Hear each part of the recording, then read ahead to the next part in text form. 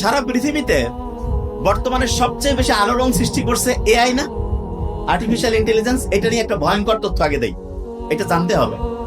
Massachusetts institute of technology তারা 54 জন শিক্ষার্থী বিভিন্ন বিশ্ববিদ্যালয় নিয়ে গবেষণাটা করছে।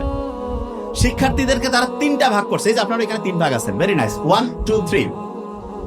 3 ভাগকে 3টা বুদ্ধি দিয়েছে। কি বুদ্ধি? প্রথম ভাগকে বলছে যে আপনারা একটা রচনা লিখবেন, শুনতে হবে, এটা খুব ইম্পর্টেন্ট। রচনাটা লিখবেন আপনারা এআই ব্যবহার করবে, চ্যাট জিপিটি ব্যবহার করে। দ্বিতীয় যে গ্রুপ আছে তাদেরকে বলছে আপনারা লিখবেন গুগল ব্যবহার করে। তৃতীয় যে গ্রুপ আছে কোনো চ্যাট জিপিটি চলবে না, কোনো গুগল চলবে না, নিজের মাথা খাটিয়ে লিখতে হবে।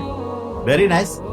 3 গ্রুপেই আলাদা আলাদা আলাদা করে হচ্ছে রচনা লিখলো।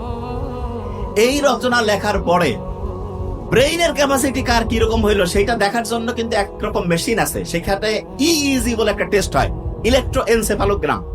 হার্টের অবস্থা দেখার জন্য ইসিজি করি না, এরকম ব্রেইনের অবস্থা দেখার জন্য ইইজি দেখা হয়। এইটা দিয়ে তারা ব্রেইনের অ্যাক্টিভিটি গুলো দেখলো।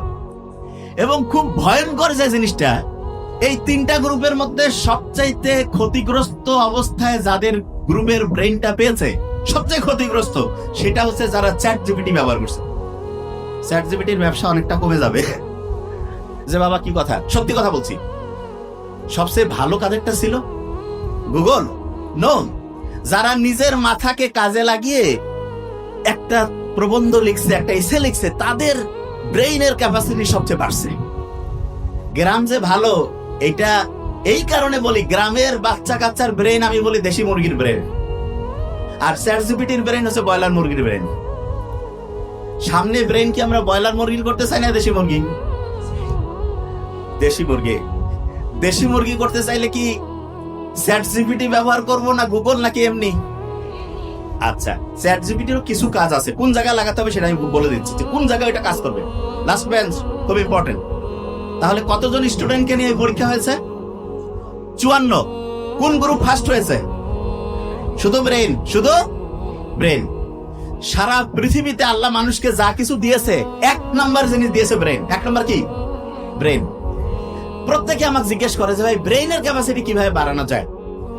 ব্রেইনের ক্যাপাসিটি বাড়ানোর জন্য এই যে আমরা যে এখন আগ্রহ নিয়ে বসছি না, প্রশ্ন ধরবো তো আমি বুঝতে পারতেছি, এই যে অ্যাটেনশন দিয়েছি, ব্রেইনের ক্যাপাসিটি বাড়তেছে, ব্রেইনের নিউরন গুলো অ্যাক্টিভ হয়ে যাচ্ছে। ওরা বাবা ধরবে, যে কাউকে ধরতে পারে, যে খোসর মসর করবে তাকে ধরবো, ও অ্যাক্টিভ, যে রেডি থাকতে হবে।